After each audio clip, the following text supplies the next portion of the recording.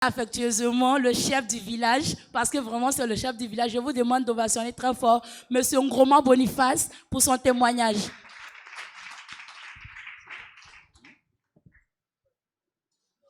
Vous avez pris le chef au pif. Alors bonsoir chers amis. Le chef du village vous salue.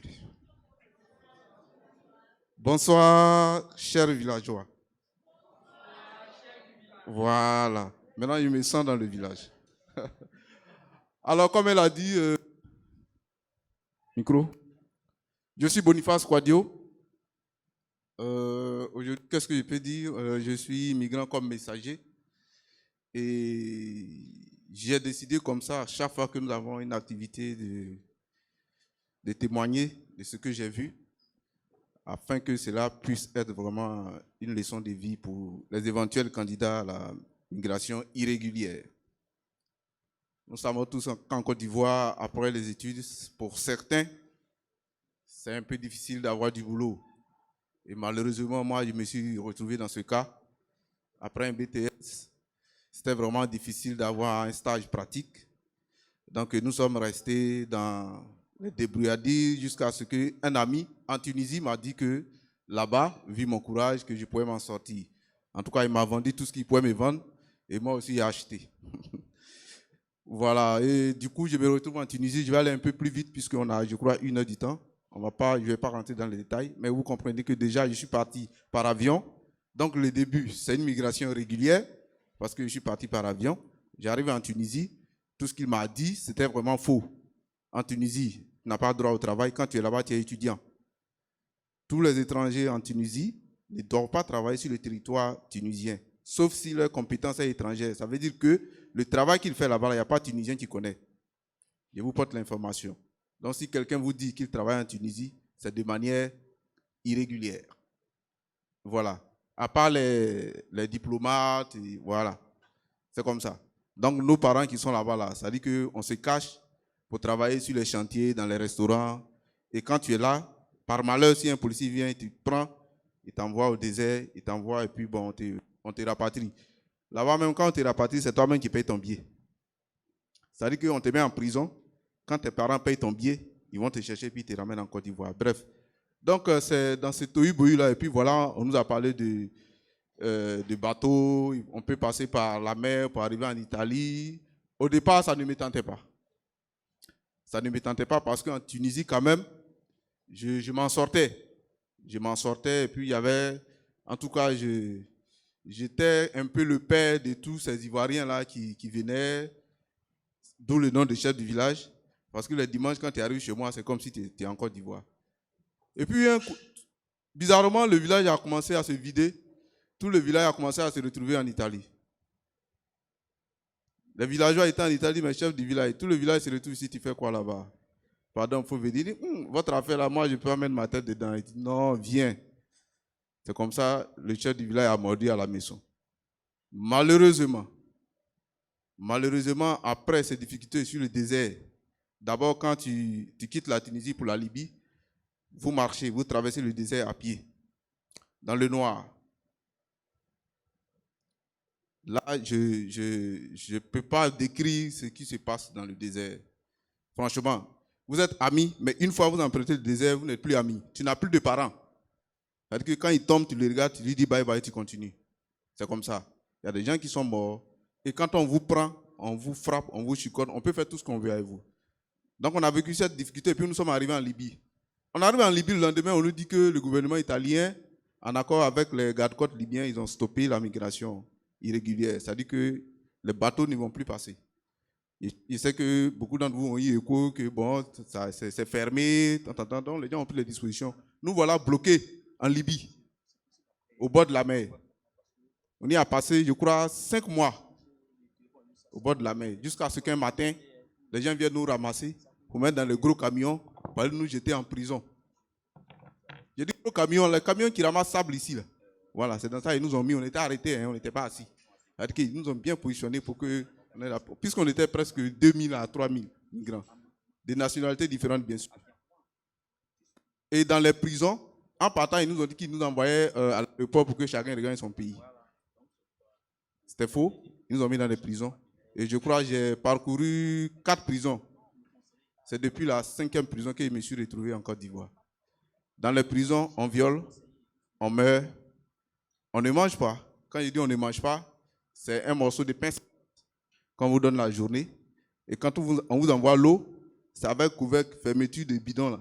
C'est dans ça on vous sert juste pour mouiller la gorge. Ce que je vous dis là, j'ai vécu. Mais quand on vous envoie à manger, il y a des jours où on vous fait sortir pour vos besoins. C'est juste devant votre prison là, on vous fait sortir, c'est là que vous faites vos besoins. Et puis après, ils envoient une machine pour venir ramasser le parti. Bon, c'était vraiment, le chef a regretté. Vraiment, vraiment, je me suis demandé, mais pourquoi je me suis mis dans cette situation? Je ne savais pas que j'allais vivre. Parce que chaque jour qu'on se réveille, il y a au moins un mort dans les prisons. Il y a au moins un mort. Et quand les Arabes rentrent dans les prisons comme ça, là, ils vous frappent, ils vous tapent, ils violent devant vous, vos soeurs, ils les violent devant vous. Excusez-moi les demoiselles, mais nous, ceux-là, on paye beaucoup plus le prix que nous. Nous, souvent, on nous vend, on nous envoie sur les chantiers, on travaille cadeau, et puis on nous ramène dans les prisons. Mais nous, ceux-là, vraiment, c'est pas facile. Jusqu'à ce que les commencé à organiser les rapatriements depuis les prisons. Mais nous, on était beaucoup plus coincés parce que l'ambassade de Côte d'Ivoire n'arrivait pas là où on était. Donc on a été intelligent, on s'est transformé en Guinéen. Donc c'est l'ambassade de Guinée qui a organisé notre voyage. Je me suis retrouvé en Guinée. Mais si j'arrive en Guinée, c'est que je suis déjà en Côte d'Ivoire. Voilà. Mon voisin de prison m'a dit, Joe, on dit Côte d'Ivoire ne vient pas ici. Les gens sont en train de mourir, on fait comment? Je vais t'apprendre le bresset, je vais te donner le nom d'un village guinéen, je vais te donner le nom de papa, maman, tu vas bosser. Parce que quand l'ambassadeur vient, il te pose toutes ces questions pour voir si vraiment tu es guinéen. Donc j'ai fait un cours d'1 semaine, à Dieu merci. Mon examen a marché et puis je me suis retrouvé en Guinée. Voilà comment le chef du village est revenu en Côte d'Ivoire le 17 décembre 2017. Mais quand je reviens, c'est encore difficile. Quelqu'un qui est parti avec valise, qui revient avec sachet. Ouais, c'est sachet d'OIM là, OIM Guinée, c'est avec ça que je suis rentré en Côte d'Ivoire. J'ai perdu tout mon argent. Tout mon argent. J'ai tout perdu. Et quand j'arrive, c'est difficile. Tu vas aller où? Même au quartier, souvent c'est difficile même d'arriver au quartier. Donc tu te caches, souvent tu te caches là. Bon, mais après, tu prends ton courage à deux mains. En tout cas, j'ai pris mon courage à deux mains. J'ai commencé à batailler, à lutter. Et puis après, OIM nous a appelés. Ils nous ont fait des petites formations pour nous intégrer. J'aborde ce sujet parce que ça fait partie, je crois, de l'entrepreneuriat. Donc, ils nous ont installés. Il y a beaucoup qui ont fui. Mais le chef du village est resté courageux. Et je pense qu'aujourd'hui, il est quand même autonome. Voilà. Parce qu'après ça, le chef s'est marié. Et puis, bon, il a fait des enfants. Et puis, ça va un peu quand même. Pour dire quoi? Que ça peut ne pas marcher. Mais quand tu insistes, vraiment, Dieu t'ouvre les portes. C'est vrai, si tu parles que tu reviens, il y a la stigmatisation, il y a beaucoup de choses, mais il faut être courageux. On peut repartir de plus belle. Je vous remercie. Merci beaucoup, chef du village. Je pense qu'on va passer, s'il y a des personnes qui ont des questions à poser, soit au chef du village, je pense qu'il y a une mec levée au fond. Sangaré, si tu peux m'aider, s'il te plaît.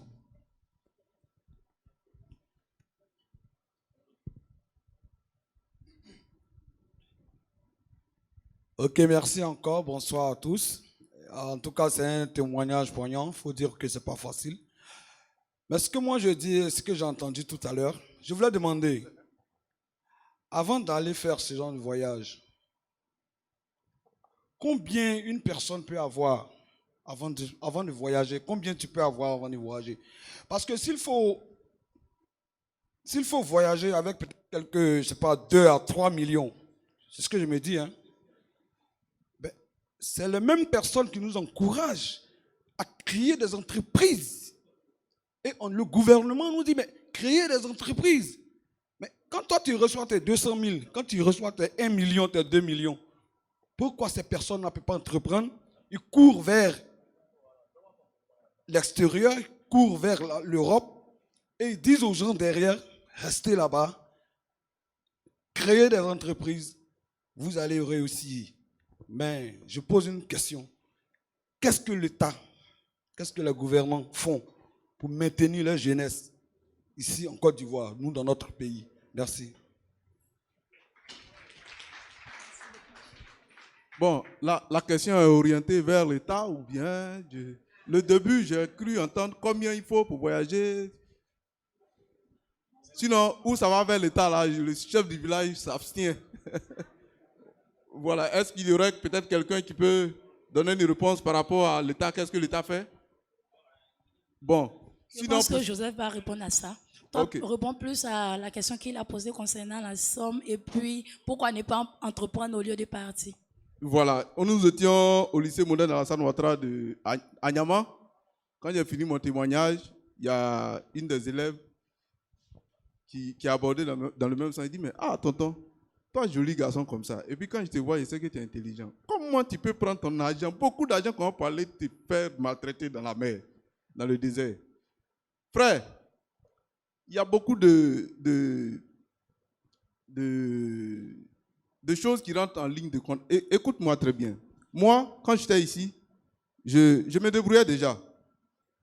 Mais vu ce que j'avais comme charge, je me suis dit que je ne pouvais pas m'en sortir avec ça.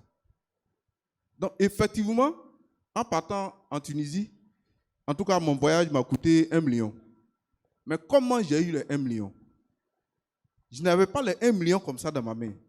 C'est parce que j'ai dit que je voyage et j'ai commencé à demander un peu d'argent. Voilà ce que je vais faire, je vais partir en Europe, que les parents, en tout cas les plus avec des amis, m'ont donné. Mais je t'assure que si je demandais 1 million pour dire je vais entreprendre, on est ivoirien.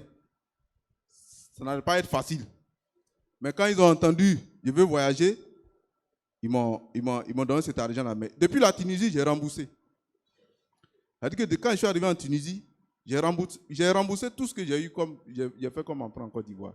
Et puis après, maintenant pour partir de la Tunisie, enfin, à l'Italie, ça tourne autour de 1 500 000 dans le temps. Mais aujourd'hui, c'est 2 millions, 2,5 millions. Mais souvent, ça dépend des informations qu'on donne. C'est-à-dire que le type te dit, voilà, je suis ici. Le gars même, il est là-bas, il souffre. Mais il te dit que non, il s'en sort, voilà. Pourquoi? Parce que le monsieur qui va te faire partie là, peut-être c'est son ami, c'est un business. C'est un business en fait. Donc, il trouve toujours quelqu'un pour te convaincre. Et souvent, c'est la personne en qui toi, tu as confiance. Est-ce que tu vois? Donc, tu dis, c'est mon gars, vraiment, on se connaît, il ne peut pas me mettre dans des difficultés. Alors que c'est leur business. Donc, tu donnes ton argent et puis tu te retrouves dans les difficultés. Mais le problème, c'est qu'il y a des gens qui rentrent. Il y a des gens qui rentraient. Moi, je vous ai dit que tout mon village, la moitié de mon village s'est retrouvé en Tunisie et en Italie. Aujourd'hui, ils sont là-bas. Bon, ils envoient les photos, oui, ça va, mais en tout cas, c'est ce qu'ils disent là, que moi, je consomme. Tu vois? Donc, bien souvent, c'est des informations, c'est des choses auxquelles, vraiment, souvent, on ne prête pas trop attention avec les envies. Vraiment, je veux forcément aller là-bas parce que je sais que là-bas, ça peut aller. On le dit, hein, un vigile en France, vraiment n'a rien à voir, excusez-moi, avec les A3 en Côte d'Ivoire. Ça, c'est une évidence. Voilà, on va applaudir le chef du village pour son intervention. Je pense qu'effectivement, c'est ce qu'il a dit. Je suis particulièrement contente pour la question parce que ça dénote déjà de ce que c'est que migrants comme messagers. C'est notre combat. Essayer de dire la vérité à la population, de donner la bonne information à la population. Parce que je ne pense pas que ces personnes qui sont là aujourd'hui, qui sont parties, si ces personnes avaient la bonne information, elles n'allaient pas se mettre sur la route pour partir. Donc, nous, en tant que migrants, comme messagers, on essaie de véhiculer ce qui se passe réellement dans le désert. Et ce qui se passe réellement, c'est ce qu'il a dit, c'est l'histoire de tous un chacun ici. Donc, je vais laisser la latitude à M. Joseph Kizerbo de répondre à la question du monsieur, à savoir ce que l'État fait pour maintenir la jeunesse ici, pour maintenir la jeunesse en Côte d'Ivoire. Et moi, je vais ajouter, pour les migrants de retour, vous, en tant qu'OIM, quelle est la réalité aujourd'hui de la réinsertion des migrants de retour?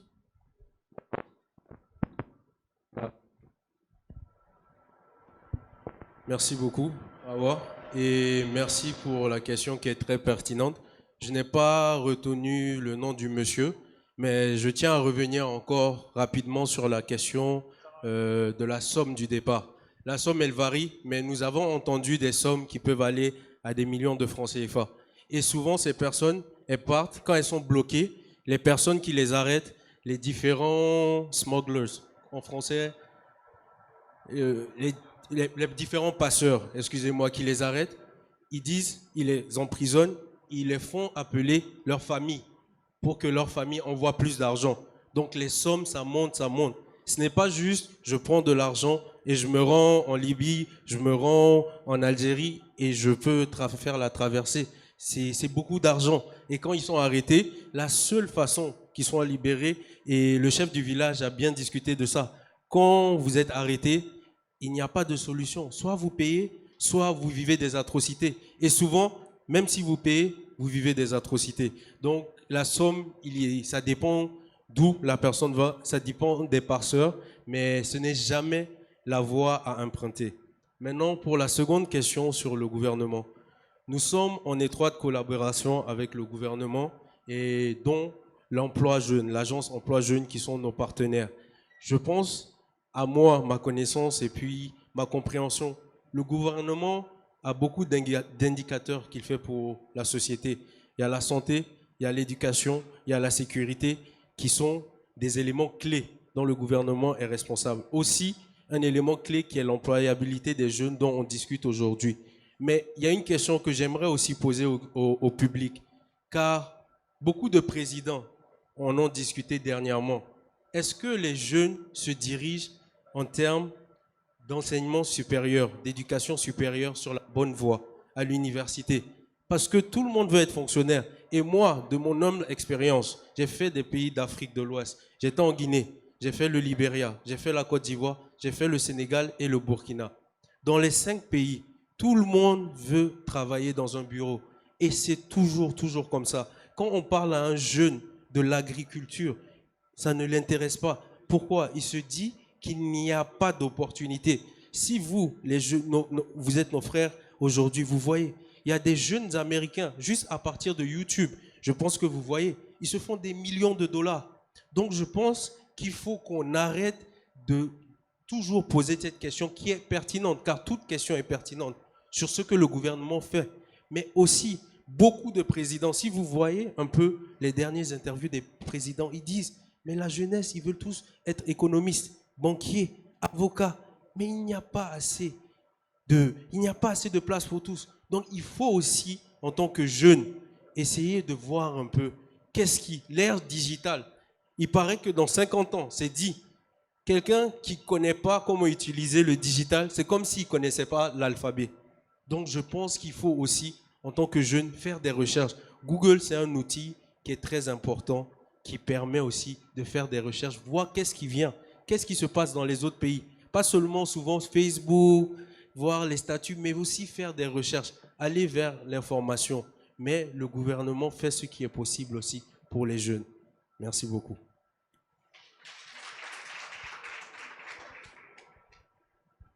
Je pense que je vais revenir encore sur ma question, qui était de savoir, vous, en tant qu'OIM, quelle est la réalité aujourd'hui de la réinsertion des migrants de retour? Merci beaucoup, Awa. La réalité, elle est telle que, comme Boniface l'a dit dans son expérience, il y a des migrants qui reviennent et il y en a qui repartent.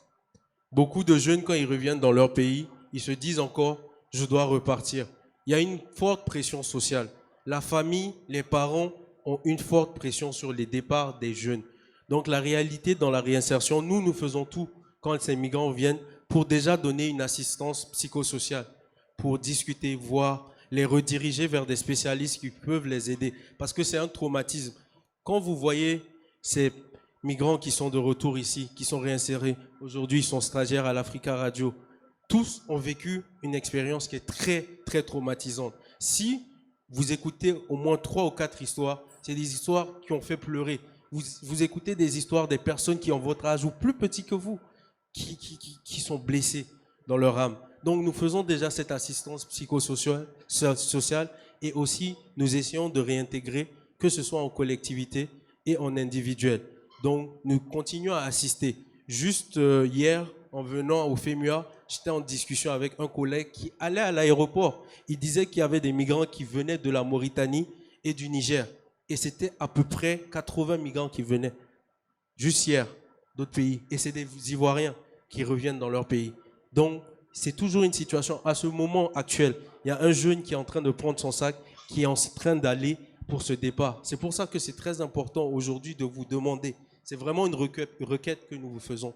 Si vous avez un ami, un frère, une sœur qui veut faire cette traversée, s'il vous plaît, dites-lui que ce n'est pas la bonne voie. Mais nous, l'OIM, nous essayons vraiment, quand nous réintégrons ces personnes, de les réinsérer, qu'il n'y ait pas ce stigma dans la société, car ce sont nos frères qui reviennent dans leur pays. Merci.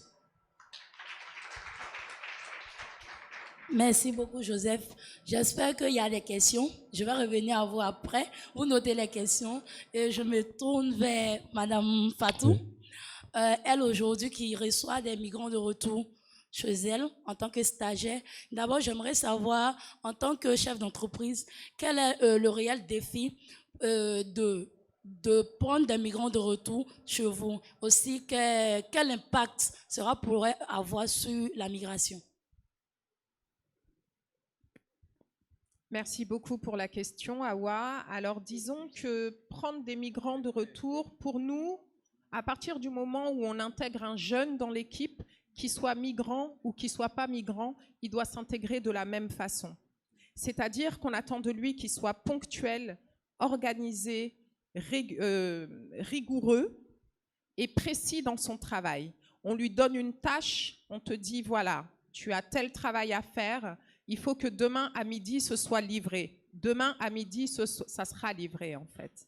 Et c'est vrai que, humainement, avoir des migrants dans l'équipe, moi, personnellement, comment je le vis, c'est que je suis obligée de mettre en parenthèse votre parcours et traiter le stagiaire comme un stagiaire classique. Parce que le monde, c'est un peu comme tout le monde, qu'on soit migrant ou qu'on soit pas migrant, on a forcément des difficultés dans la vie. Et quand on va travailler, on est obligé de laisser ses problèmes à la maison et être efficace au travail. Que ce soit en tant qu'entrepreneur ou que ce soit en tant qu'employé, le professionnalisme est de rigueur. Tout employé doit fonctionner comme un entrepreneur. Quand je vais travailler pour mon patron, ma première satisfaction, c'est d'avoir été au bout de ma mission correctement. Il y a les compétences qui sont nécessaires. Il faut maîtriser le secteur d'activité dans lequel on travaille. Comme l'a dit monsieur, au niveau de Google, vous avez la possibilité d'apprendre énormément de choses. Il faut de la compétence, mais il faut aussi de l'attitude professionnelle. C'est-à-dire que je dois être attentif à absolument tout ce qui se passe autour de moi. Tout ce qui se passe autour de moi est une école. Il y a l'école scolaire, il y a l'école de la vie. Et en tant qu'entrepreneur ou employé, en tant que travailleur, l'essentiel, c'est de savoir capter tout ce qui se passe autour de soi et de l'utiliser à bon escient pour faire un travail efficace. Il y a aussi une autre particularité qui est nécessaire quand on a un projet. Pour mener un projet à bien, il faut, je pense, de la détermination. C'est-à-dire que sans détermination, on ne peut pas aller au bout de ses objectifs. On a parlé tout à l'heure de l'agriculture, qui est un secteur d'activité dans lequel moi-même je rêve d'investir, parce que c'est l'avenir. On parle de l'autosuffisance alimentaire. On a la chance d'avoir une jeunesse forte physiquement, intelligente, ouverte sur le monde. Permettez-nous de profiter de vous correctement chez nous et pas chez les autres. Permettez-nous de travailler avec votre brillance, avec votre attitude, avec vos connaissances. Permettons à notre continent de grandir avec ses enfants. Je pense qu'il y a aussi quelque chose d'important qu'il faut que je note, c'est que en chacun d'entre vous, il y a un potentiel. Ce potentiel, il faut l'identifier. Ce potentiel, il faut l'aiguiser, il faut l'expérimenter et il faut l'offrir au monde. Personne n'est venu sur terre, personne n'est venu au monde sans avoir une mission à accomplir. Levons la main avec détermination, travaillons et avançons. Je ne vois aucun point levé. Toujours le point levé. Avec détermination. Qu'on soit un entrepreneur, qu'on soit un employé, qu'on soit un travailleur, qu'on soit une maman, qu'on soit un papa. Tout ça, c'est un rôle important. Toujours le point levé, la jeunesse. On compte sur vous avec détermination, s'il vous plaît.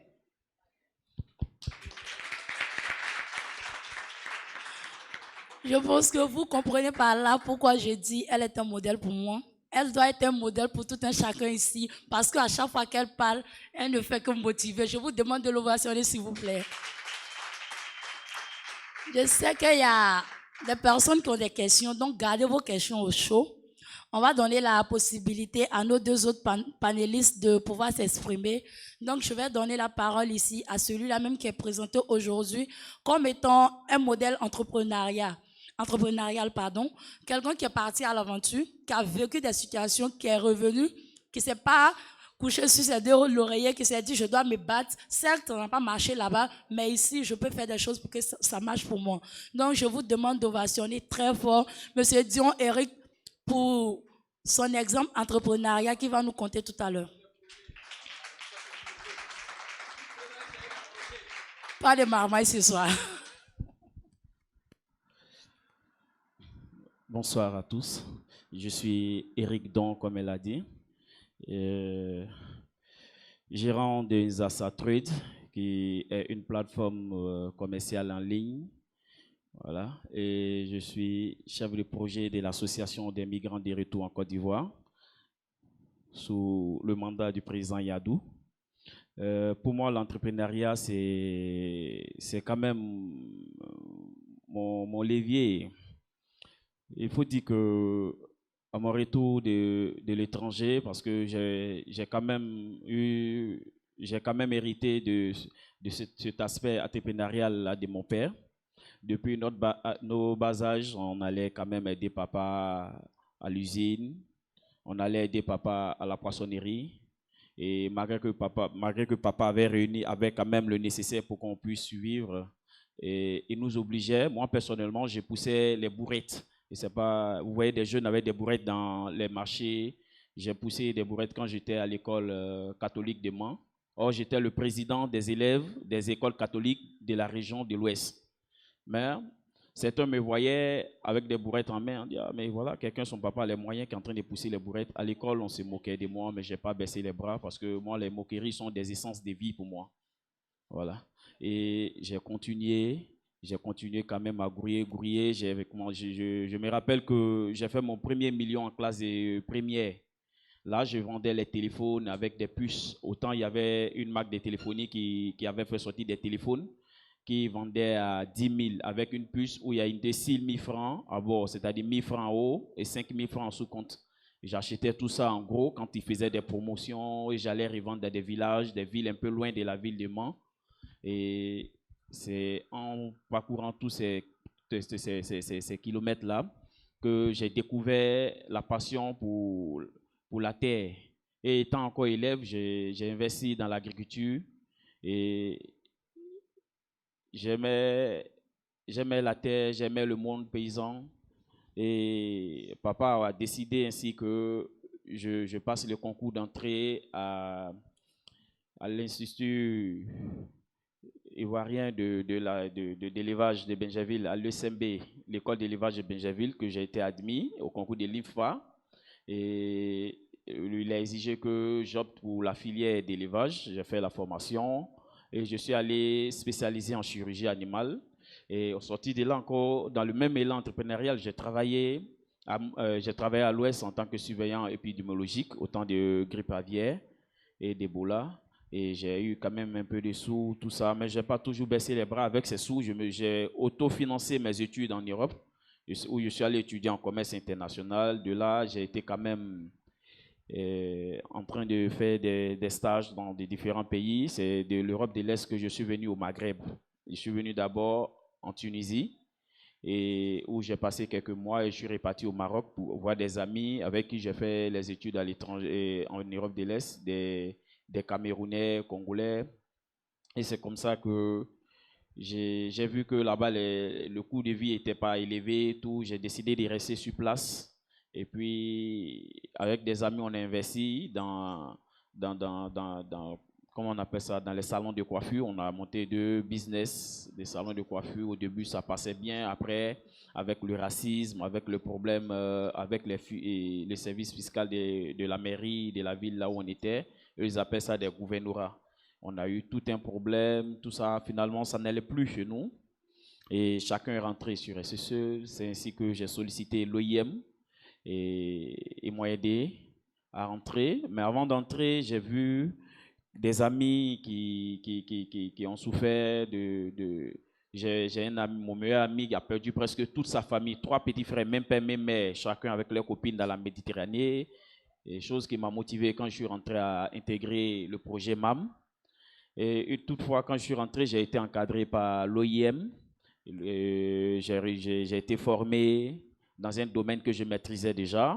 J'ai été formé en entrepreneuriat et en comment gérer une entreprise, tout ça, par une fondation. Et après la formation, on a été financé au nombre de 4 personnes pour un projet collectif. Et on avait opté pour un projet de restauration que nous avons mis sur pied. Et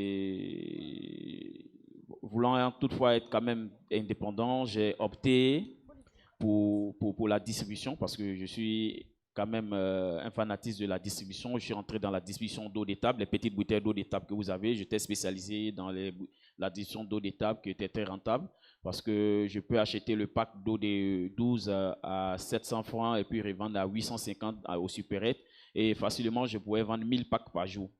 Donc, à la soirée, je me retrouvais avec 100 000 de bénéfices, 150 000. Et au fil du temps, j'ai vu qu'il faut diversifier. Comme on le dit chez nous en commerce, avoir un plan des sites. Donc, j'ai préféré entrer dans la vente en ligne. J'ai créé une structure de vente de parfums, de cosmétiques. Et je suis rentré aussi dans l'importation de vins de table, un peu dans tout, afin de diversifier, pour me faire un peu quand même un bon chiffre d'affaires. Aujourd'hui, à travers tous ces projets de réinsertion de l'OIM que je ne cesse de remercier, à travers les conseils, les petites formations de renforcement des capacités, des masterclass que j'ai l'habitude de suivre, et les voyages dans la sous-région pour rehausser mon niveau, et ça m'a permis quand même d'être indépendant. Aujourd'hui, le président le sait, même pour 10 millions, je refuse d'être fonctionnaire. Voilà. Pour 10 millions, 20 millions, 30 millions, moi je refuse d'être fonctionnaire. Voilà. Je pense qu'on doit l'ovationner pour ça. Et ici, mes amis le savent. Pendant que vous et moi sommes assis ici, moi, il y a de l'argent qui rentre dans ma caisse. Voilà. Pendant que vous et moi nous sommes assis ici, moi, je peux me taper au minimum 60 000 francs le jour. Au minimum. Ça, ce n'est pas le capital, je vous dis que le bénéfice. Et j'exhorte tout le monde, j'encourage toute la jeunesse à entreprendre, même en étant étudiant, en étant fonctionnaire, entrepreneur. Moi, je dis, il y a des entrepreneurs, il y a des personnes, lui, il connaît, il vient chez moi, il voit des personnes qui viennent avec des RAV4, des personnes qui viennent des Range Rover, venir acheter avec moi pour revendre. Vous voyez? Les personnes même qui ont déjà des sous, qui roulent dans des voitures de 50 millions, viennent acheter des marchandises 400 000, 500 000 pour pouvoir revendre, pour avoir juste le carburant pour fonctionner. Donc, vous voyez que l'entrepreneuriat, c'est le nerf. C'est le nerf pour une personne qui veut sortir de la précarité financière, pour une personne qui veut sortir du trou. Je pense que qu'il soit ministre, vous voyez aujourd'hui, les ministres entreprennent. Tout le monde entreprend. Pourquoi pas nous? On peut entreprendre à partir de 0 francs. Ça dépend de nous-mêmes. Il faut savoir canaliser, il faut savoir avoir le flair. Voir dans ton entourage, repérer quand même le besoin de ta communauté et faire de ce besoin-là un atout. Un atout, j'appelle atout opportunité. comme vous et moi, nous sommes assis là, je peux remarquer, bon, peut-être les femmes ici, elles ont toute une coiffure naturelle. Je pense qu'on pas va sans mèche, ovationner tout. très Voilà. fort, Eric. On l'ovationne, s'il vous plaît. Ou bien ce qu'il a dit là, ça ne vous a pas plu? Moi, je pense que ce qu'il a dit aujourd'hui, ça doit nous révolter. C'est-à-dire que nous, on est assis là, on l'écoute. Lui gagne l'argent et puis nous, on n'a pas l'argent. Donc, ça doit nous révolter tous à entreprendre. Oui ou non? Ah, il est assis là, il gagne l'argent. Nous, on est assis là, on ne gagne rien. Donc, quand on va rentrer à la maison, nous, on va réfléchir à comment gagner de l'argent. On va encore remercier Eric par des ovations, s'il vous plaît. Je sais qu'il y a énormément de questions. Gardez les questions. On va juste prendre Nyadou et on va revenir aux questions. Donc, je m'en vais ici présenter mon président, celui-là même qui représente aujourd'hui l'association RMJCI, qui est l'association des migrants de retour et jeunes de Côte d'Ivoire, qui ont décidé de faire de la réinsertion des jeunes et des migrants de retour de Côte d'Ivoire leur cheval de bataille. Je vous demande d'ovationner très très fort le tout-puissant président Nyadou.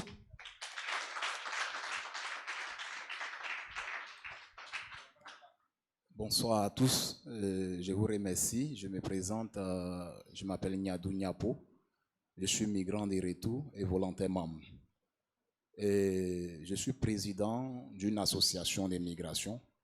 Il faut dire que dès les premières heures, quand nous sommes arrivés en Côte d'Ivoire depuis le 20 novembre, je faisais partie du premier chapter. Et j'ai vu intéressant qu'il fallait créer quelque chose pour faire passer une information, parce que ce n'est pas des informations que nos camarades prennent la route.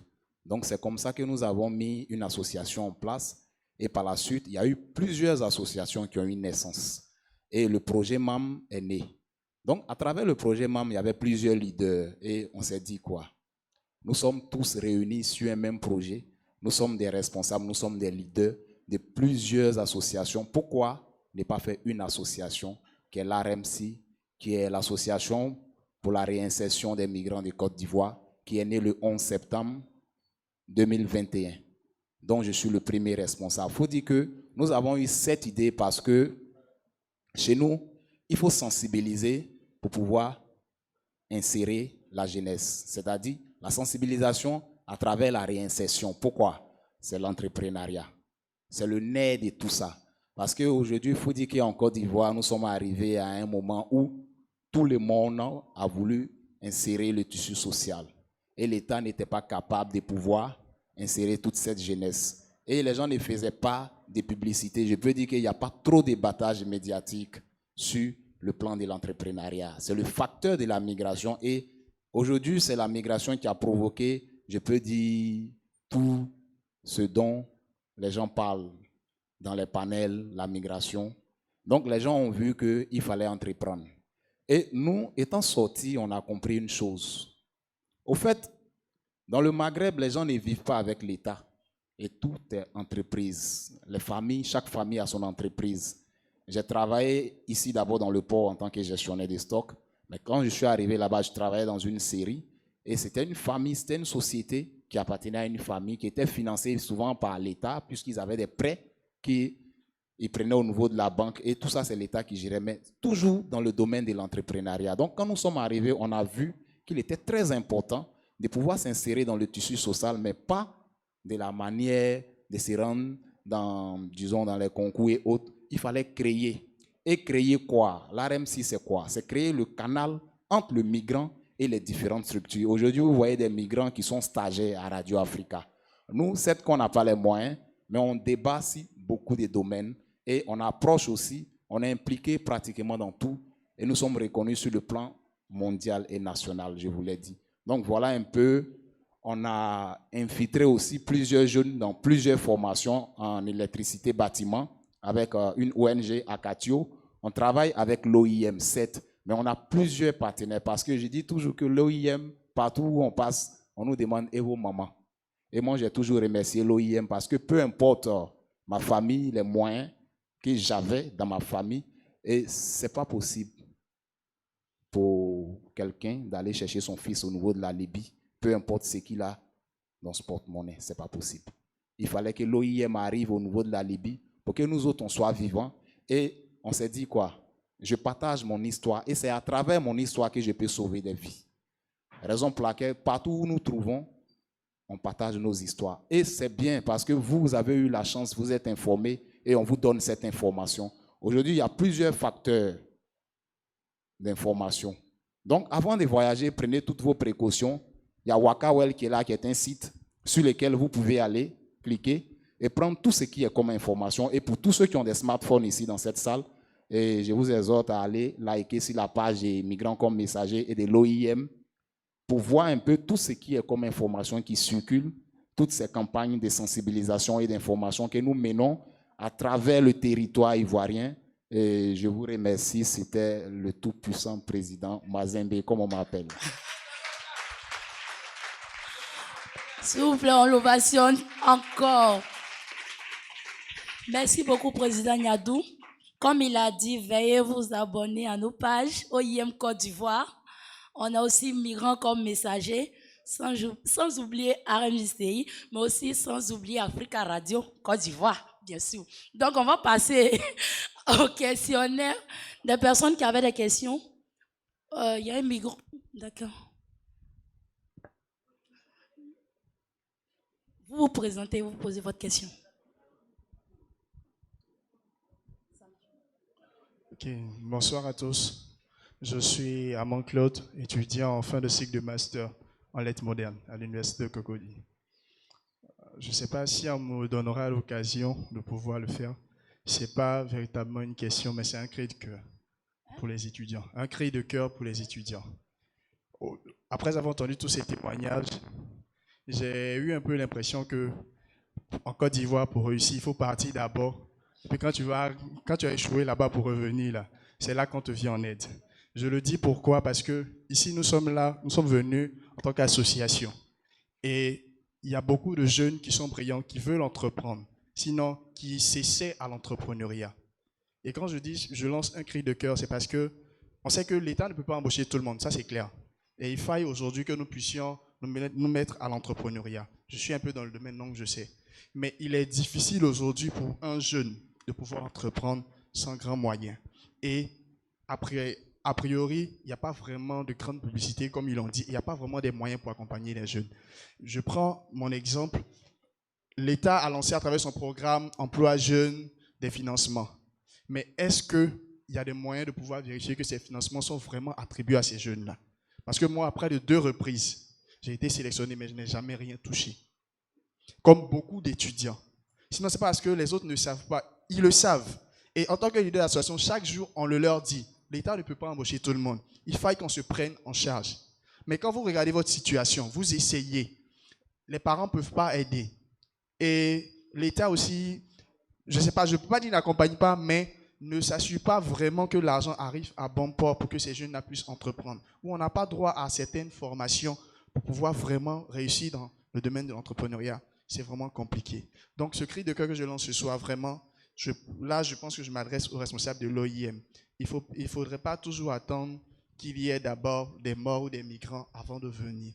S'il y a la possibilité de pouvoir sortir, je remercie déjà le FEMUA pour cette initiative, d'avoir parlé à ces jeunes que nous sommes. Mais s'il y a la possibilité de sortir encore plus, aller dans les rues, aller dans les universités, parce que quand j'ai écouté, la plupart de ceux qui ont entendu les témoignages, ils ont atteint le niveau supérieur. Mais on ne voit pratiquement jamais l'OIM à l'université. Parler à ces étudiants-là, ou bien dans les lycées et collèges, parce que moi également je suis enseignant. Parler, parce que si dès la base, l'information n'est pas passée, quand on reste là, on viendra toujours dans cette même salle en train de parler, mais la situation ne changera pas. Donc il faut prévenir, aller dehors pour parler, mais également encourager les dirigeants à s'assurer de sorte à ce que lorsqu'ils donnent l'argent pour dire qu'ils demandent aux jeunes d'entreprendre, il faudrait vraiment que ces jeunes-là puissent recevoir cet argent pour entreprendre. Je vous remercie.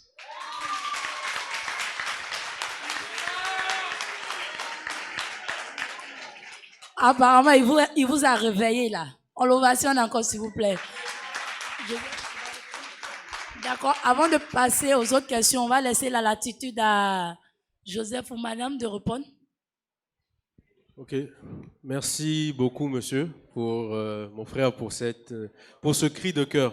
Le cri de cœur, il est entendu. Et tu as mentionné plusieurs segments. Je vais commencer par ces services dont tu as mentionné. Je vais taire les noms. Tu as déjà parlé de ces services du gouvernement. Je pense qu'il y en a qui sont là aussi, ou qui seront plus aptes à répondre à tout ce qui est financement. Mais l'OIM, nous n'attendons pas que les migrants soient bloqués pour faire cette sensibilisation. Aujourd'hui, nous sommes venus avec le projet Migrants comme messagers. Nous avons 3 lignes de cible. Nous avons d'abord la cible de la sensibilisation en proximité. Nous allons vers la communauté des potentiels migrants. Les potentiels migrants qui partent, la plupart, ils ont 17 à 25 ans. Donc nous allons vers ces familles, nous allons vers ces mamans et ces papas qui souvent poussent en fait ces enfants à partir. Ah, ton ami, il est là-bas, pourquoi tu ne vas pas? Nous nous dirigeons aussi vers les médias. Nous travaillons aujourd'hui, vous voyez, nous avons une collaboration avec Africa Radio. Les médias aussi, c'est une ligne directrice. Les médias et aussi les réseaux sociaux. Comme le président Niadou l'a dit, nous avons tout ce qui est sensibilisation, nos activités à travers les réseaux Facebook, Instagram et Twitter. Et si nous travaillons avec les influenceurs qui sont les artistes, influenceurs religieux, aussi tout ce qui est influenceurs au niveau de la communauté. Donc cette sensibilisation, nous n'attendons pas juste, nous savons qu'il y a des jeunes qui allons. Et ce projet Migrants comme messager n'est pas seulement sur Abidjan, il est aussi à Daloa. Il y a des volontaires migrants comme messagers qui sont aussi là-bas, qui sensibilisent à travers plusieurs activités. Mais pour répondre aussi sur la question des opportunités de formation, j'aimerais te dire aussi, mon frère, tu as entendu le témoignage d'Éric. Éric, il a dit qu'il a fait son premier million en première. Déjà, félicitations, on peut applaudir encore pour lui. Mais quand vous entendez ce que Éric a dit, surtout quand il a mentionné à la fin, même là, je suis assis et je me fais de l'argent. Je me fais 60 000 par jour. Il n'essaye pas, en fait, ce n'est pas de l'arrogance, mais c'est pour vous motiver. C'est ce qu'il est en train de dire. Qui est familier ici avec un passif et un actif? Qui sait c'est quoi un passif? Qui sait c'est quoi un actif? Oui, peut-être à haute voix. C'est quoi un passif? Bon, le passif, si j'ai bonne mémoire, c'est le fait de créer quelque chose, mais qui ne te revient pas, qui ne te rapporte pas l'argent immédiatement. Sans plus-value. Voilà. Alors que l'actif, je prends un exemple pour quelqu'un qui est peut-être dans l'immobilier, qui peut-être construit, achète des maisons et il les revend. Même s'il n'est pas en train de travailler, derrière, il sait qu'il y a de l'argent qui va rentrer. Il y a des ressources. Merci, merci pour la réponse. Donc, ah oui, applaudissez pour lui, s'il vous plaît. Donc, c'est très important aussi de travailler pour avoir des actifs. Pas seulement se dire, parce que un boulot, on sait, ce n'est pas toujours stable. Une formation, un stage, ce n'est pas toujours stable. Mais trouver des façons. Il a dit quand il était jeune, il a vendu des portables. Qu'est-ce qui lui a donné cette idée en étant jeune? Tout ça pour dire qu'on peut commencer vraiment petit. Ici, dans cette salle, j'ai même des collègues, dont un qui est en train de nous prendre des photos, Mohamed Ali Diabaté, qui a commencé tout petit et qui a commencé à se construire peu à peu. Donc, la morale de l'histoire, et ce que j'aimerais vraiment que vous compreniez et que vous essayez de faire, c'est très difficile. On sait que quand on veut commencer un projet d'entrepreneuriat, souvent, on veut mettre beaucoup de sommes. Mais si vous n'avez pas cette aide de la famille, si vous n'avez pas cette aide, souvent peut-être recherchée de l'État, essayez de trouver des petits barras, comme on aime nous dit, petits boulots qui peuvent vous amener. Il a commencé petit. Je suis sûr qu'avant même la vente de téléphone, il y avait souvent les brouettes. Vous avez vu? Il ne faut pas avoir honte. L'humilité précède la gloire. Quand on parle de passif et actif, dès que vous payez une voiture, par exemple, ou un téléphone, c'est un passif. Parce que le téléphone se gâte, c'est des charges. La roue se perce, c'est un passif, vous perdez de l'argent. Il faut faire des sacrifices et je suis sûr que Mme Yatabaré aussi peut enrichir en tant que directrice d'Africa Radio pour parler en fait des sacrifices que la jeunesse doit faire aussi. Quelques années, vous êtes encore jeune, vous pouvez le faire. Essayez, ne désespérez pas. Merci.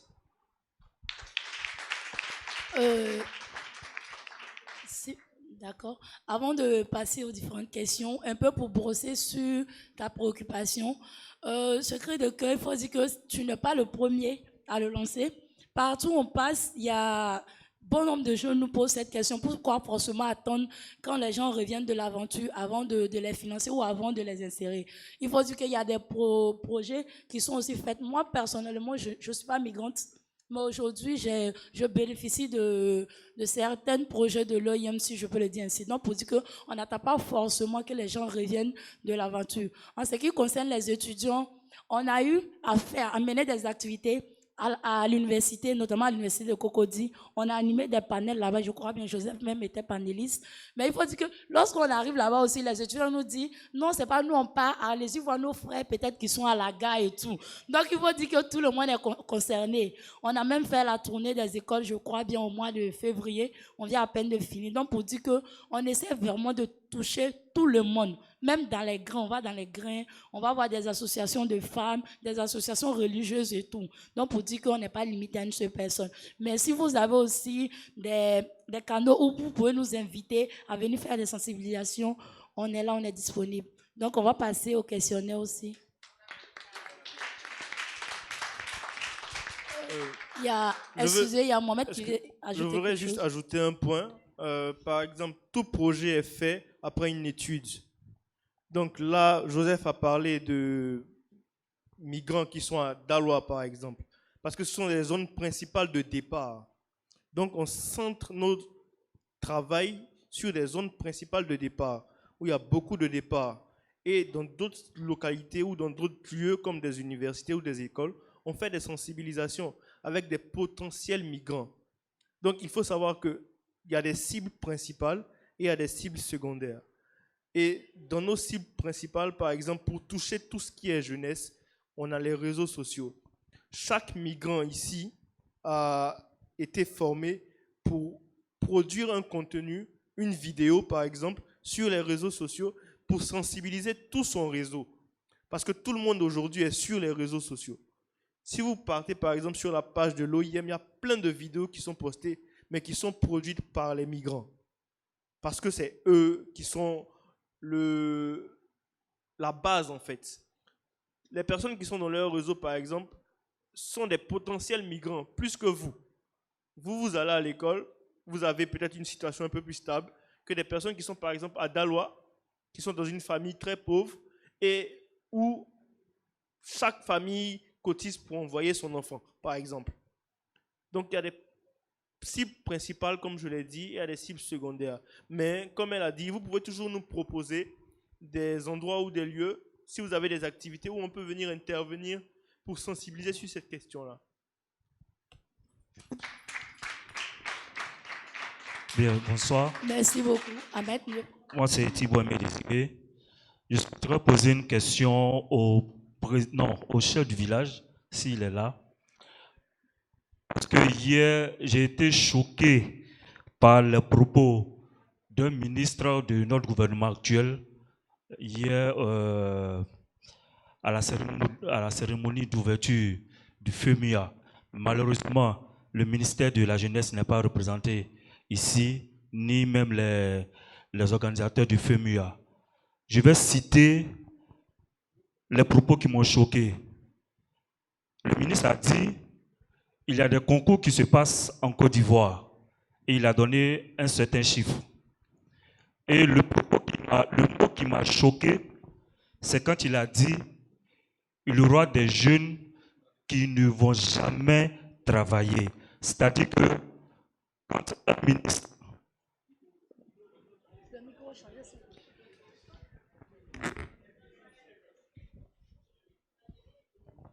Quand un ministre dit que, par exemple, ces candidats qui ont perdu pendant combien d'années ne vont plus jamais travailler, moi, la question que je souhaiterais poser au chef du village, lorsque, par exemple, nous, nos petits frères, personnes qui sont assis ici, qui sont étudiants, qui demain, ce sont eux qui doivent passer, par exemple, ces concours de la fonction publique, et qui entendent ces propos, c'est-à-dire quelle attitude ils doivent avoir pour même pas même chercher à traverser la Méditerranée pour aller dans d'autres pays. La deuxième question, je suis dans un domaine, je souhaiterais dire merci à Madame la directrice de Radio Africa, on ne se connaît pas, mais je suis l'un des collaborateurs extérieurs à Michel Niablé, à nomapo.com. Grâce à vous aujourd'hui, tout le monde veut faire Abidjan Music Fitness parce que vous avez cru en cette activité-là, c'est-à-dire la musique accompagnée de fitness. Je suis dans un domaine où l'État de Côte d'Ivoire s'en fout. Oui, je sais de quoi je parle. Je suis dans le domaine de la musique chorale. Voilà, vous avez dit « et ». Par exemple, pour ceux qui entreprennent, avec la musique chorale, on peut développer beaucoup d'activités. Imaginez, je prends une chorale où il y a 25 membres. La chorale a droit, par exemple, à faire sortir 4 uniformes dans l'année. Pour confectionner les uniformes, d'abord, il faut, par exemple, aller à Uniwax pour aller se procurer du pagne ou du tissu. Vous allez voir que c'est de l'argent qu'on reverse à Uniwax. Après, on aura besoin des services d'un styliste ou bien d'un couturier. Imaginez un styliste ou bien couturier qui a un marché de 4 uniformes par an avec la chorale. La tenue d'un homme, c'est-à-dire la simple chemise du choriste, s'élève à 3500. Imaginez dans la chorale, il y a 25 hommes. Il y a peut-être 25 dames. Faites un peu le ratio. En plus des tenues, il y a les chaussures. Donc, on a besoin de cordonniers. En plus du styliste et du cordonnier, il y a les cheveux qu'on doit entretenir. C'est-à-dire qu'il y a les coiffeurs qui entrent dans la danse. Ma plus mauvaise image, c'était au Massa 2020. L'État de Côte d'Ivoire a été capable de payer le transport de 2 chorales. Je parle parce que c'est moi qui étais le point focal de 2 chorales. Une chorale qui est venue du Ghana et une chorale qui est venue du Togo. L'État de Côte d'Ivoire a assuré le transport à hauteur de 2 500 000 par chorale. Chaque chorale, c'est-à-dire les 2 chorales, ont eu comme cachet 2 500 000. Les chorales ivoiriennes, il a fallu que je me batte jusqu'au jour où les chorales devaient monter sur scène pour qu'on nous donne à chaque chorale, parce qu'il y avait 5 chorales ivoiriennes. Les chorales ivoiriennes ont eu chacune 500 000 francs. Chaque chorale devait s'arranger à venir au lieu du spectacle. Dans tout le Massa, nous, on a transporté la salle Yelams à Trècheville.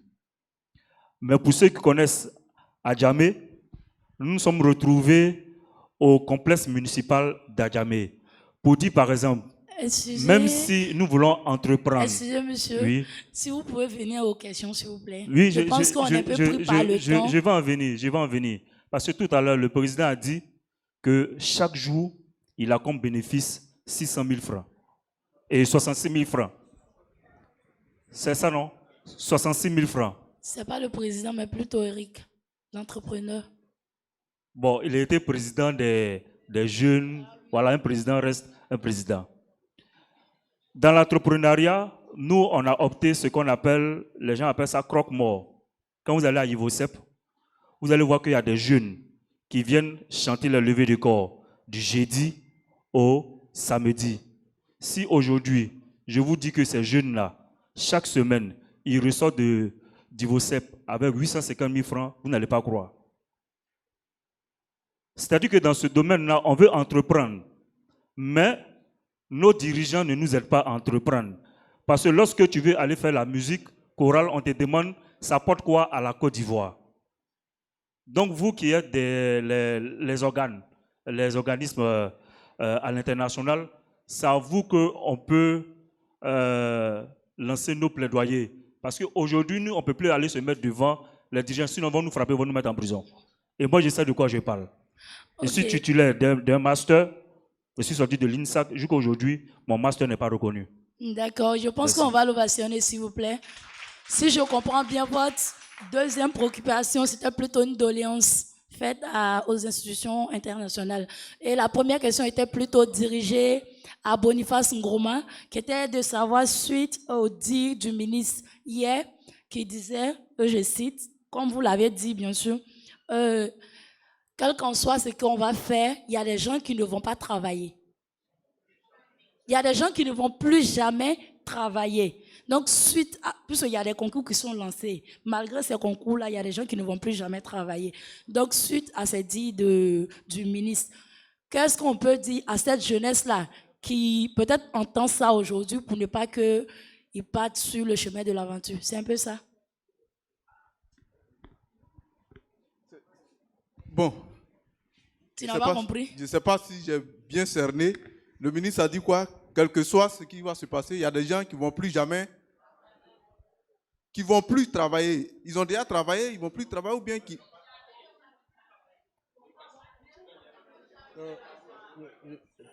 Bon, je n'ai pas suivi le ministre.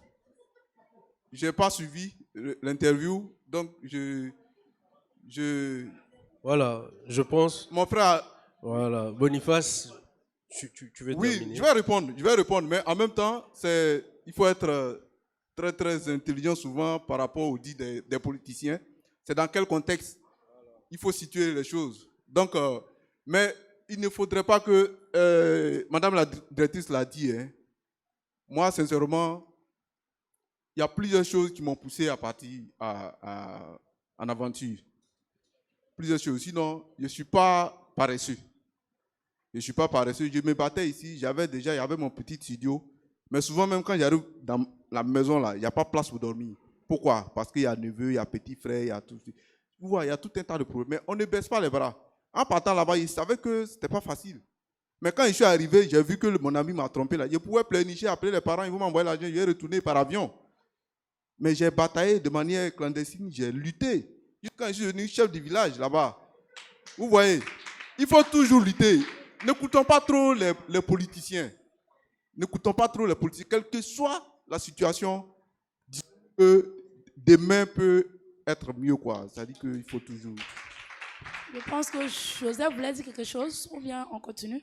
Je pense que... Je pense qu'on va... Ou bien madame voilà. voulait dire quelque chose? Je pense... Oui, je veux juste rajouter une chose avant de passer le micro à madame la directrice. C'est comme chef du village l'a bien dit, cet écho du ministre, nous ne l'avons pas eu hier, mais aussi aux jeunes ici. C'est comme tout footballeur, tout artiste, toute personne qui entreprend un métier. Même nous, des personnes ont douté de nous, que ce soit des personnes de notre famille, des amis et autres. Est-ce qu'il faut écouter? Nos parents nous ont souvent dit, quand nous étions tout petits, est-ce que tu vas suivre quelqu'un qui te dit que tu es bête? Si quelqu'un vous dit que vous êtes bête, est-ce que vous allez suivre cela? Oui ou non? Je n'entends pas bien. Oui ou non? Donc c'est ça. Donc continuez à progresser. N'essayez pas d'écouter les personnes qui ne croient pas en vous. Croyez en vous. Et je vais faire une petite métaphore, une histoire que j'aime beaucoup. C'est dans une forêt et il y a un feu. Et il y a tous les animaux de la forêt qui sont présents. Et il y a un petit colibri, un tout petit oiseau, si vous voyez le colibri. Et il va vers le lac, il prend de l'eau, il l'amène vers le feu. Il va vers le lac, il l'amène vers le feu. Et tous les animaux de la forêt, ils commencent à rigoler. Oh, il fait quoi? Genre, ça ne sert à rien. Et le colibri, il répond juste, si nous travaillons tous ensemble à amener l'éléphant, à amener l'eau vers le feu, nous pouvons éteindre le feu. Donc vous tous ensemble, si vous travaillez ensemble, pas séparés, comme le président Nyado a dit, là-bas en Afrique du Nord, ils sont ensemble, ils travaillent en famille. Si nous travaillons ensemble, tous ensemble, les jeunes, nous pouvons tous réussir. Merci beaucoup.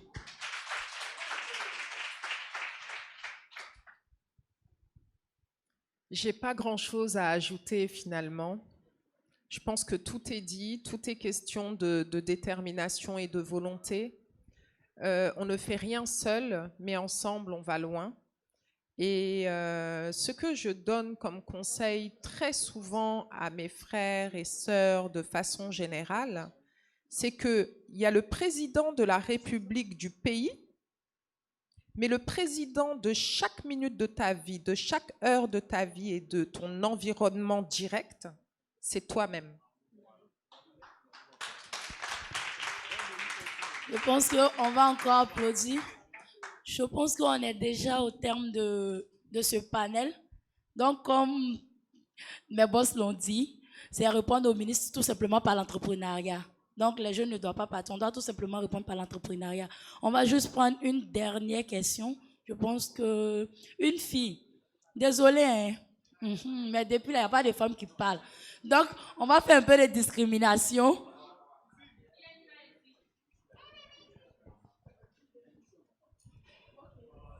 Bonsoir tout le monde. Je suis Photo Esther, étudiante en lettres modernes de licence 1. Ma question est la suivante. Il arrive des fois quand on échange entre amis, certaines personnes disent que comme ça que cette affaire de migrants, il y a une question de chance. C'est-à-dire ceux qui sont allés dans les pays étrangers, c'est parce que ces personnes qui n'ont pas réussi, puis qui parlent sur les réseaux sociaux pour dire non, que là-bas c'est difficile, c'est comme ça. Ces personnes n'en ont pas eu la chance. J'aimerais demander, surtout peut-être au chef du village, de me dire que dans cette affaire, c'est une question de chance. Voilà. Tu as compris la question, j'espère. Tiens.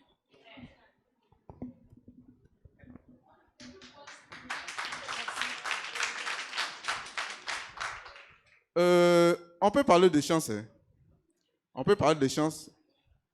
Dans mon speech, j'ai dit que la moitié de mon village s'est retrouvée. Hein? Donc, on peut parler de chance. Mais ce n'est pas parce qu'on n'a pas réussi qu'on vient s'arrêter devant vous pour sensibiliser. Non. Loin de là.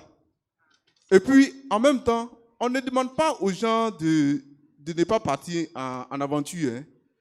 Ici, on demande aux gens de passer par la voie normale.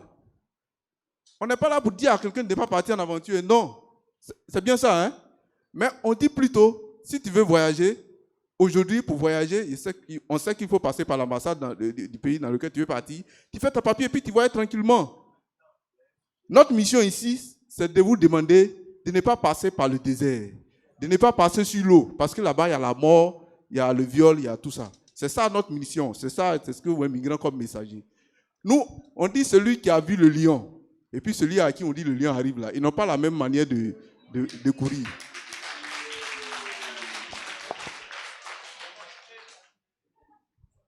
D'accord. Moi, je veux juste rajouter une question. Je pose juste une question. Qui sait qu'il a la chance? Qui sait? Allez, entre vous, qui se dit que moi, là, j'ai la chance? Tout ce que j'ai fait, là, ça va réussir. Personne. Donc, c'est quelque chose de vraiment c'est hasardeux. Non, c'est-à-dire de façon générique, hein, je me dis que c'est quelque chose de vraiment hasardeux. Personne ne sait que quand il va tenter une chose, forcément, il va réussir. C'est pour ça qu'on parle de se battre, de lutter, dans des choses qui sont plus sécurisées, en fait. D'accord? Merci, Ahmed. Avant même de passer à la toute dernière question, moi, le volet qu'ils n'ont pas abordé ici, il faut dire que les gens qui sont aussi là-bas ne nous donnent pas vraiment la réalité. Il y a des personnes qui sont là-bas qui dorment à même le sol ou qui dorment sous des tentes. Mais ces personnes-là, c'est là, par exemple, ils prennent des photos dans la rue et puis ils nous envoient, nous on voit sur les réseaux sociaux et puis il ne va pas te dire ce qui se passe là-bas. S'il te dit, je n'ai pas de maison, je ne dors pas, je dors dans la rue, toi, tu ne vas pas partir. Ou bien tu vas dire, bon, tu fais quoi là-bas? Donc lui, il doit te dire que ça va. Voilà pourquoi on se dit que c'est de la chance. Sinon, arriver là-bas encore, c'est encore plus difficile. Je vous dis, si un béguiste passe par l'eau, il arrive en bengue, et puis vous appelle que ça va, dites-lui là où il dort là. Il n'a qu'à faire appel vidéo. Je pense qu'on va prendre la toute dernière question. Oui, le monsieur, mon ami. Oui. Avant qu'il ne pose la question, pour tous ceux qui ne pourront pas poser la question, on a notre stand qui est là, le stand de l'OIM qui est vers les stands. Vous pouvez passer aussi pour d'éventuelles questions. Ok. Juste après le monsieur, on va prendre la dernière question et puis on va clore. Ok, merci pour la parole accordée. J'ai un peu Excusez-moi, monsieur, vous pouvez vous tenir debout? Non, j'ai mal au pied, je souhaiterais être assis. Ok, merci pour la parole. Je suis Hardy Nifertiti Bayoulat, ancien étudiant congolais dans le domaine de l'environnement. Et actuellement, je suis coordinateur et bénévole dans la fondation Kembi, qui est une fondation internationale. Voilà. Ma question s'adresse à M. Eric, l'homme à qui les affaires marchent plutôt bien. Monsieur Eric, j'aimerais savoir quelles sont les démarches à suivre ou les stratégies qu'on devait mettre en place pour réussir dans le domaine de l'entrepreneuriat, là où tout le monde veut se lancer. Merci. Merci pour votre question. Il faut dire d'abord que Eric, avant d'arriver là où il est tombé plusieurs fois par terre. Il arrive des fois, même quand je tombe, je n'arrive même pas à m'élever. La dernière fois où j'ai fait une énorme pète, c'était en mai, le 26 mai dernier. J'ai mon entreprise de distribution d'eau, des tables.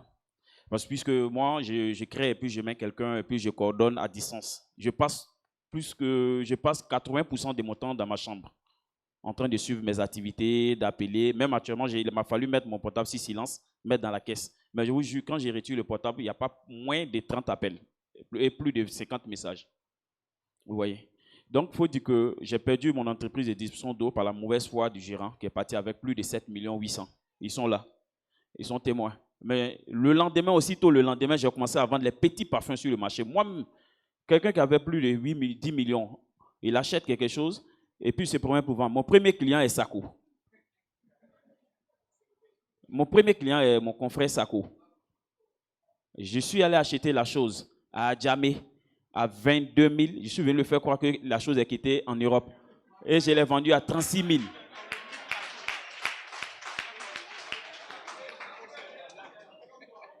Donc, il faut dire, au fait, pour venir à votre question, il faut dire que pour entreprendre, comme je l'ai dit, il faut observer dans son environnement. Parce que moi, je prends un exemple. Je dis toujours à mes amis que je ne peux pas me lancer dans la vente des vêtements parce que c'est pas. J'importe des vêtements, ils sont là, j'importe des vêtements, des chaussures, mais ça, c'est aux périodes des fêtes. Je ne peux pas me lancer dans ce domaine parce que mon environnement n'a pas besoin de ça quand j'observe mon environnement. Ils n'ont pas besoin, et puis je fais un calcul. Moi, par contre, quand j'achète un t-shirt aujourd'hui, il me faut 2 à 3 mois avant d'acheter un autre t-shirt. Est-ce que le vendeur de t-shirt se fait de l'argent? Non. Par contre, le vin des tables, à toute cérémonie, à toute rencontre d'amis, ils boivent le vin. Et il n'y a pas quelqu'un ici qui va me dire qu'il peut faire une journée sans boire une goutte d'eau. Vous buvez de l'eau chaque instant, à chaque minute. La preuve en est que vous avez des bouteilles d'eau en bas de vous. Donc, me lancer dans le business d'eau, il a fallu pour moi remarquer, faire des calculs, faire un business plan, et puis déterminer, je sais que de l'eau, à chaque instant, quand il y a plus de soleil, les gens ont envie de boire. Même quand il pleut, quelqu'un a mangé du piment, il aura envie de boire. Et je sais que l'eau, je ne juge pas la société de distribution d'eau, mais je sais par contre, beaucoup de personnes ne boivent pas l'eau des robinets. Donc, vendre de l'eau, mais pas les bouteilles de 500 ventes, c'est ceux qui seront accessibles à ma cible, c'est-à-dire les bouteilles d'eau de 100 francs, quelle que soit la marque, les vendre en gros aux supérettes, aux boutiques, aux familles qui n'ont pas le temps d'aller au supermarché acheter. Ça va m'apporter une valeur ajoutée. Donc, j'ai su capitaliser, déterminer mon activité et ça m'a donné une opportunité. En plus de ça, quand vous avez l'opportunité, il ne suffit pas d'aller investir, prendre l'argent, faites un business plan. Vous avez des amis, menez une petite enquête. Aujourd'hui, à travers Google, on peut lancer une enquête sur les réseaux sociaux. Les gens répondront à vos questions. Vous voyez? Et c'est ce que je fais. Aujourd'hui, ça fait 2 semaines maintenant, je me suis lancé dans le BTP. J'ai une entreprise, Asatrut, qui est reconnue à la CPC, qui a son code d'importation est sorti aujourd'hui à 14 h. On m'a envoyé un mail pour dire que le code d'importation est disponible pour qu'on puisse faire nos importations. Et nous, il faut diversifier. Il faut avoir un plan des sites. C'est-à-dire, quand je prends un exemple, je suis cultivateur de maïs. Quand la saison de cultiver les maïs passe, que j'ai fini de récolter, qu'est-ce que je fais? Il faut trouver un autre plan des sites, il faut trouver une autre activité qui peut canaliser, qui peut boucher ce trou-là, afin de ne pas rester toujours à attendre saison par saison pour avoir de l'argent. C'est comme ça que j'ai réfléchi. Je vous remercie. Merci beaucoup, Eric, pour ton expérience. J'espère que vous êtes satisfaits. Il y a énormément de questions, je le sais, mais comme je l'ai dit, le stand est là. Passez au stand, on pourra répondre à vos différentes questions. Donc, on va se tourner encore vers nos différents panélistes afin que chacun, à son tour, puisse donner son mot de fin, mais aussi un message à l'endroit de tous ces jeunes qui sont là aujourd'hui, qui rêvent grand quel message, quel mot vous pourrez leur dire aujourd'hui? Donc, on va commencer en ligne. On va commencer d'abord par Ahmed, Apus, et puis bon, on va arriver là-bas. D'accord. Donc, premier mot de fin, c'est ça, hein? D'accord. Moi, ce que j'aimerais dire, c'est principalement à la jeunesse, l'entrepreneuriat. C'est vrai que c'est quelque chose qui fait peur. C'est quelque chose qui fait peur. On a peur de se lancer. Mais tant qu'on n'échoue pas, on ne peut pas réussir. C'est ce qu'il faut se dire premièrement. Tant qu'on n'a pas essayé et échoué, c'est-à-dire rien ne dit que quand vous allez essayer, vous allez échouer. Mais tant qu'on n'a pas essayé, on ne peut pas se lancer. Quand vous essayez, même si vous échouez, vous voyez les premiers problèmes qui vous permettent de recommencer et de les éviter. Vous allez voir des seconds problèmes, vous allez éviter encore premier et second problème et réussir au final.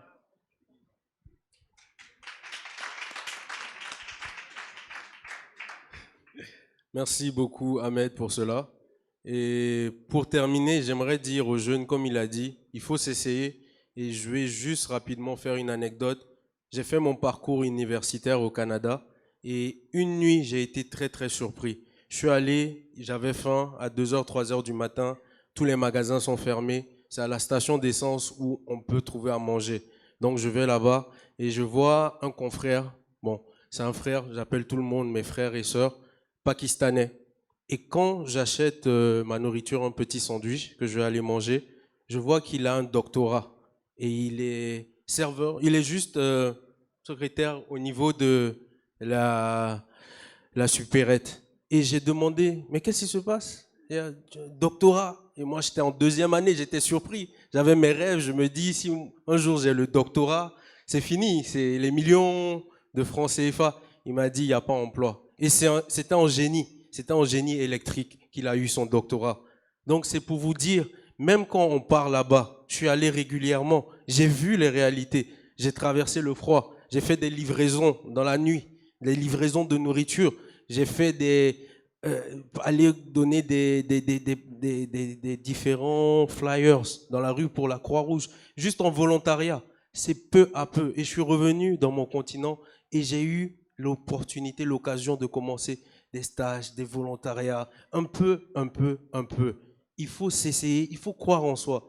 Et il ne faut jamais penser que c'est perdu. Vous êtes jeune, vous êtes la jeunesse. Il faut diversifier, que ce soit dans l'entrepreneuriat, que ce soit dans le volontariat, que ce soit dans la profession.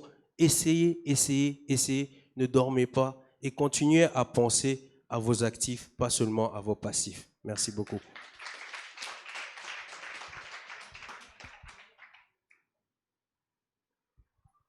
Alors moi, j'ai envie de dire que le bonheur, c'est pas forcément être riche. Je pense que l'essentiel, c'est de pouvoir manger à sa faim, de pouvoir faire grandir ses enfants quand on en a. Et pour le moment, si vous n'en avez pas encore, sachez que c'est une grosse responsabilité et que quoi qu'il arrive, quoi qu'il advienne, vous aurez ce qu'il faut pour gérer ça. La richesse n'est pas une finalité, hein. Ça, il faut le noter, hein. Tout à l'heure, j'ai entendu parler de chance, des entrepreneurs qui deviennent millionnaires. Vous pensez que tous les entrepreneurs deviennent millionnaires? Absolument pas.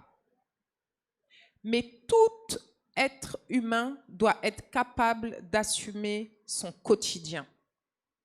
Et je pense que quand on arrive à dormir avec la paix du cœur, qu'on arrive à remplir son frigo, qu'on arrive à payer son loyer et qu'on arrive à projeter de faire un voyage, acheter un terrain, dans 10 ans, 15 ans, 20 ans, vous avez le temps. C'est l'essentiel. Rêvons d'accomplir. Et la richesse, là, c'est Dieu qui donne. Merci beaucoup.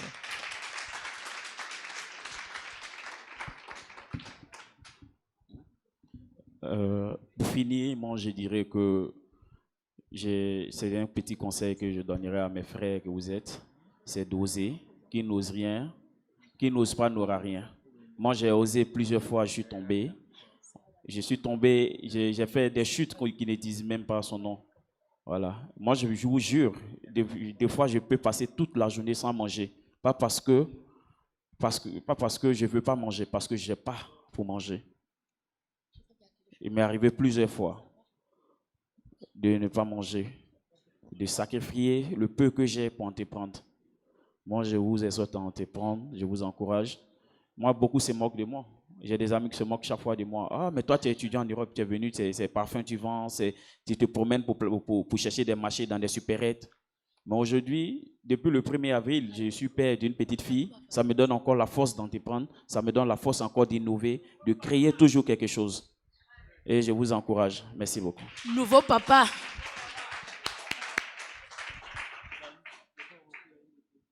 Merci à vous. Moi, je vais revenir un peu sur les projets de réinsertion. Il faut dire que ce n'est pas parce que nous sommes partis, que nous sommes revenus, que nous bénéficions de plusieurs projets. Mais à l'OIM, il y a plusieurs sortes de projets. Il y a des projets communautaires aussi, il faut en parler. Les projets communautaires insèrent un peu les jeunes de la communauté. Je prends un exemple. Lorsque nous nous retrouvons peut-être à Bingerville sur une parcelle où nous devons entreprendre dans les poulaillers, lorsque on se rend dans cette communauté-là et on a besoin de la parcelle pour pouvoir travailler, on inclut aussi les jeunes de cette communauté-là dans ce projet-là. Et ce projet-là est quand même un projet qui concerne les jeunes étant des potentiels candidats à la migration irrégulière et des migrants de retour. Donc, ce n'est pas seulement que les migrants de retour qui peuvent bénéficier aux différents projets de l'OIM. Maintenant, en tant que migrants, il faut dire que nous sommes présents parmi vous ce soir. C'est pour vous partager nos histoires d'abord. Nos histoires, pourquoi? Parce que depuis la prison, je le dis toujours que il faut que je retourne vivant pour pouvoir faire passer l'information. Je le dis toujours, c'est très important. Aujourd'hui, vous avez eu cette chance-là d'être assis devant nous et avoir ces informations-là. Donc, vous avez déjà les informations.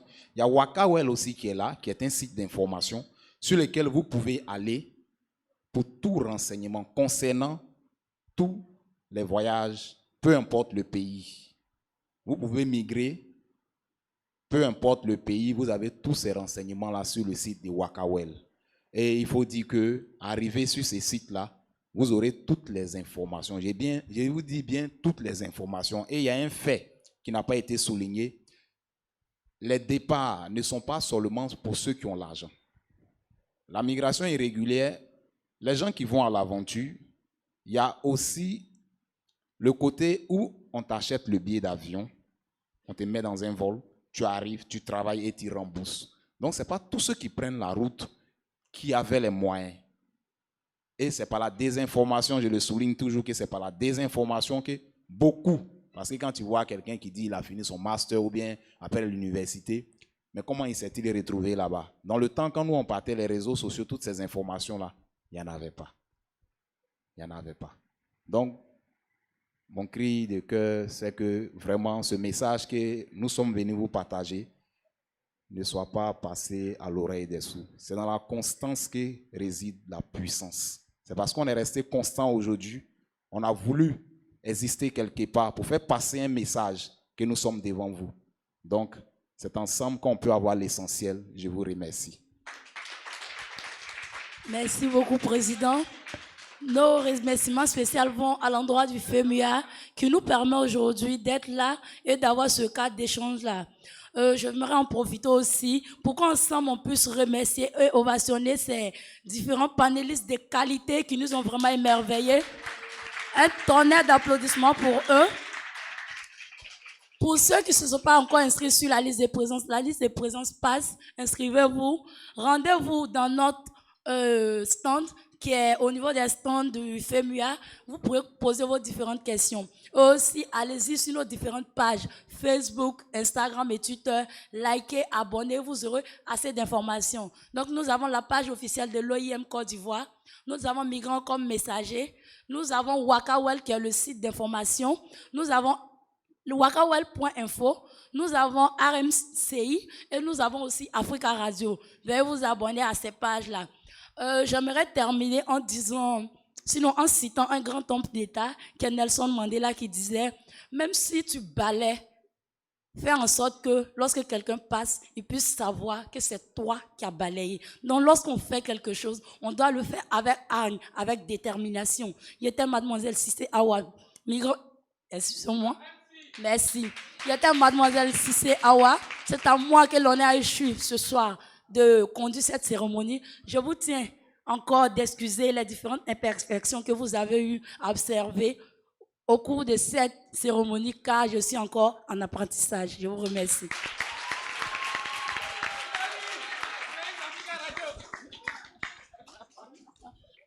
On va prendre la photo de famille, donc je vous demande de venir juste devant.